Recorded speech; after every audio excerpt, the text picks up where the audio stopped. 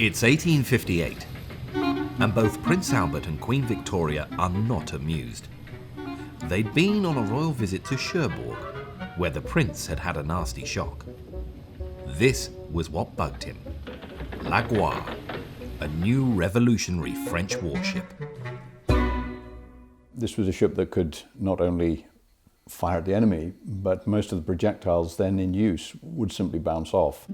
So Britain bounced back with the world's biggest warships, Warrior and Black Prince, iron ships throughout, a British first, more heavily gunned, with 26 cannon and brand new breech-loaded rifled guns, installed in an internal citadel, encased in ultra-thick iron, impenetrable even at point-blank range. The whole lethal package driven by massive steam engines. Sails and engine together made for a very fast ship indeed. It was the ultimate deterrent. She's built and the French challenge to Britain's naval mastery evaporates. In active service, Warrior prowled the Channel, part of the Black Battle Fleet. She spurred on naval innovations so successfully that in just 10 years, she in turn became obsolete.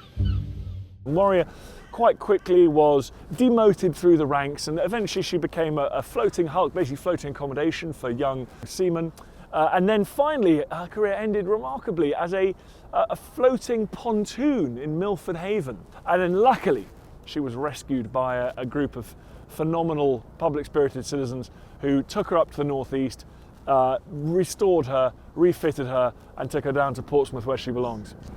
That extraordinary restoration in Hartlepool made Warrior a ship reborn, a living insight into life in the Victorian Navy. But though she was built for battle, creature comforts were not ignored. This is the officer's wardroom, dining in style, just a step away from their 14 comfortable cabins. Meanwhile, the crew lived and ate at their gun positions and slept in hammocks slung above. All these spaces have been carefully restored like the ship's hospital or sick berth, complete with cots.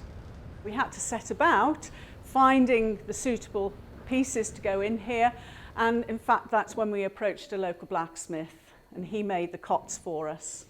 Up on deck, above the sick berth, Warrior staff and volunteers are facing many challenges. Severe damage to the bulwarks that top the ship's sides is just one of them. Now inside the bulwark there's some angle bar framing which was put in at Hartlepool, but because moisture has got in, that water sits and doesn't get out and has started to rot that framing down to a wafer thinness that is now liable to collapse.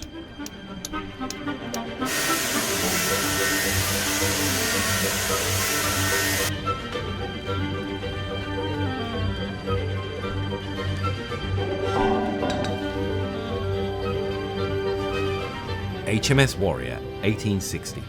Nearly 1/3 visitors every year, thousands of them schoolchildren. A multitude of different activities. All of that made possible by our staff and volunteers, and the generosity of the public that supports us in Portsmouth and beyond, making sure Warrior can live out her great story every day of the year. HMS Warrior, a ship brought to life for you and by you.